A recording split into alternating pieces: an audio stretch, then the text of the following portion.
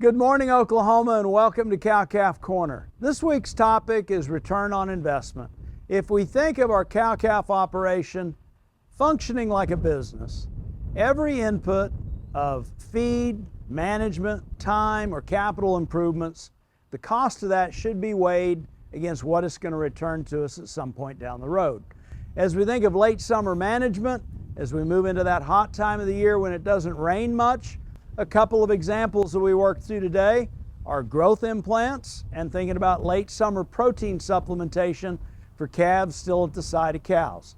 Something like growth implants, if we take a look at some of the data that Merck has collected on over 2,300 calves, it shows about a 23-pound advantage in weaning weight for those calves that got a Zeranol growth implant at some point while still nursing. In today's market, taking a conservative value of that 23 pounds at about $3 a pound, for a cost of about $1.50 for just the growth implant, plus whatever time it took to put that in, which does, I might add, easily coincide with that first round of vaccinations that we'd like to get into calves by 2 to 4 months of age. So for that $1.50 plus labor cost, we're looking at about a $69 return in that additional weight that we get from that growth implant. A pretty healthy return on investment and an example of something we can do at this point in the year on those spring-born calves. Another thing to keep in mind is protein supplementation as we get into this point in the summer. I know a lot of Oklahoma enjoyed early spring rains.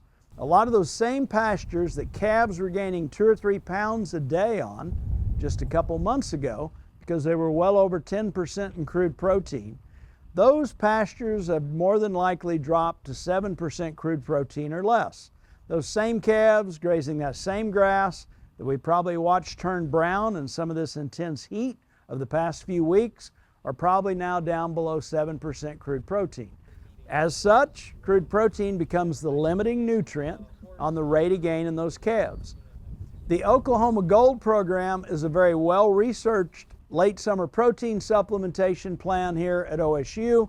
It shows that late summer and into fall, calves that are on ample standing forage can gain an extra 0.6 of a pound a day from about 1 pound a day of a 38% protein supplementation. Again, taking a look at the cost of that, depending on what we're paying for that 38% cube, and we'd like to get one that's got an ionophore and some vitamins and minerals in there as well, but we're probably looking at 50 cents a day, and the return of that extra 0.6 of a pound a day, 100-day feeding, we're gaining an extra 60 pounds of calf, or again, using that $3 a pound of weaning weight value, about $180 additional value of a calf. If we're looking at 50 cents a day of the cost of that protein supplementation, we got about $50 in that over 100 days. Again, a very healthy return on investment using some late summer protein supplementation for suckling calves. Check into the fact sheets on Oklahoma Gold programs, a very tried and true and proven program for adding value to weaned calves. So a couple of examples on good management practices that offer a healthy return of investment. As always, I appreciate you joining us this week on Cow-Calf Corner. Hope this helps.